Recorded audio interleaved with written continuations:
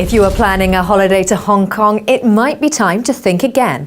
As Chief Executive Leung Chun-ying said, they may limit tourist arrivals as an influx of Chinese visitors stokes discontent. Welcome to today's press review. I'm Kiri Bloor. Leung said Hong Kong may need measures to slow the gains in tourism arrivals or stop increases or cut visitors. He went on to say, "We're taking studies and will seek feedback." Things are rapidly changing shape in Hong Kong as unrest has led to panic buying. Chinese tourists and investors have poured into the city, buying up homes, designer handbags and daily necessities, spurring street protests.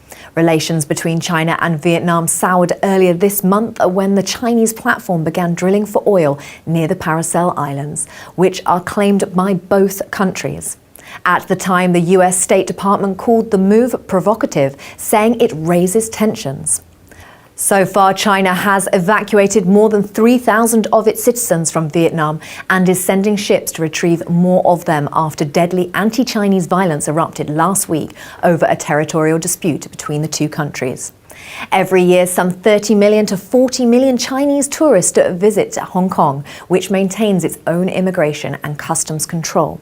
In the past, Hong Kongers have rallied against all sorts of perceived Chinese invasion.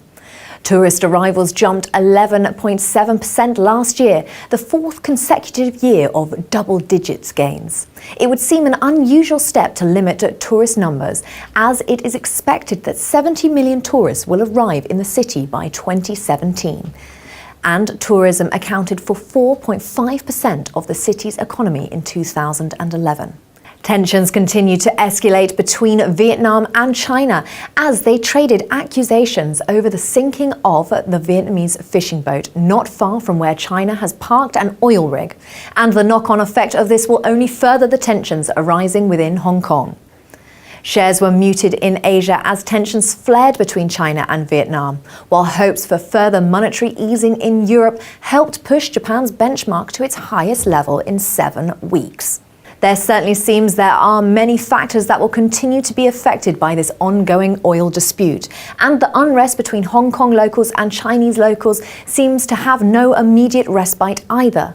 A new social media-fueled controversy is aggravating tension further as footage emerged online last week of an incident in which a toddler, the child of a mainland Chinese tourist, was seen urinating in a Hong Kong street, which has only escalated tensions further. Now that's all we have time for on today's press review. You, of course, have been watching Dukascopy TV.